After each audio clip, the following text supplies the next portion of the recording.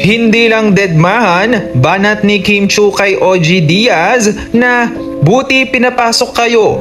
Nagpaalab ng showbiz gera. Para sa kabuuang ulat, alamin natin ang buong detalye.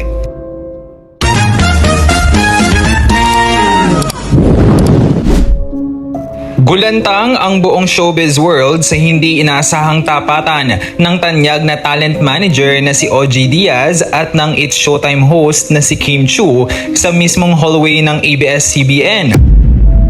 Ayon sa naging pag-amin ni OG sa kanyang vlog, nabasag ang katahimikan nang mag-cruise ang kanilang landas sa gitna ng grand finals ng tawag ng tanghalan.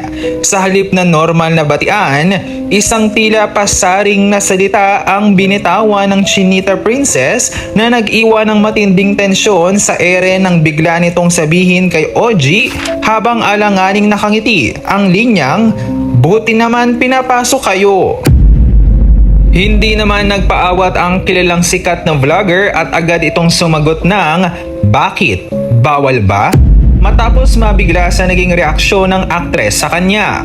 Ayon sa mga ulat, nag-ugat ang malamig na pakikitungo ng dalawa mula ng isa publiko ni OG sa kanyang online show na tinanggihan siya ni Kim para sa isang interview.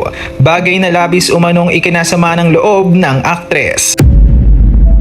Ang tila hindi pansinan at palitan ng matatalas na hirit sa naturang event ay naging mitya upang muling mabulabog ang mga fan na matagal nang nakatunog sa nakatagong lamat sa kanilang relasyon. Samantala, hindi rin nagpahuli si Kim Chiu na dumaan sa tahimik na paraan ngunit may kasamang matinding resback sa social media.